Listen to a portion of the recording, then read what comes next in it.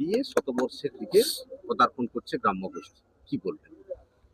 আমাদের এবছরটা 53তম বর্ষ। এই বর্ষে আমরা আজকে মণ্ডপ এবং প্রতিমার উদ্বোধন করেছি।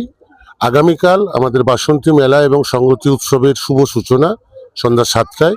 বহু বিশিষ্ট ব্যক্তির মিলনের আমাদের এই বাসন্তী মেলা সংগতি উৎসব উন্মোচন হবে আগামীকাল।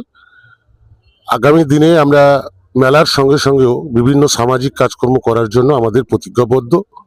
গণবিবাহ থেকে শুরু করে রক্তদান এবং যে কোনো অ্যাক্সিডেন্টে আমাদের ক্লাবের সদস্যরা যেভাবে বিভিন্ন কাজে জড়িয়ে থাকে, আমরা সারা বছরই থাকি এবং আগামী দিনেও থাকব। এত আয়োজন, মানুষের সাড়া কি পাচ্ছে এত আয়োজন? আগামীকাল তো মেলার উদ্বোধন, আগামীকাল থেকে এখানে মানুষের ঢল লাগবে।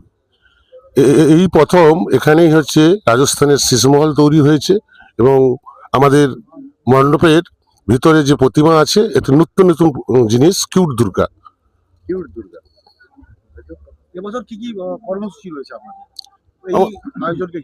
এই আয়োজনকে ঘিরে আমাদের 8 দিন ব্যাপী বিভিন্ন সাংস্কৃতিক প্রতিযোগিতা থাকছে।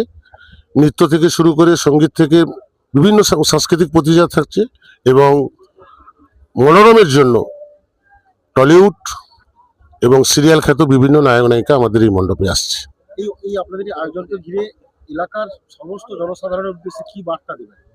সকলের কাছে আমাদের অনুরোধ, যেরকম প্রত্যেক বছর আপনারা সহযোগিতা করেন, এবছরও আপনারা ঠিক সেইভাবে আমাদের সঙ্গে হাতে হাত দিয়ে কাঁধে কাঁধ রেখে মিলিয়ে সবাই আমরা আনন্দটা উপভোগ করে নেব। আপনার নাম? তনুজ বেরা, কোন পদে রয়েছে? ক্লাবের মুখ্য উপদেষ্টা।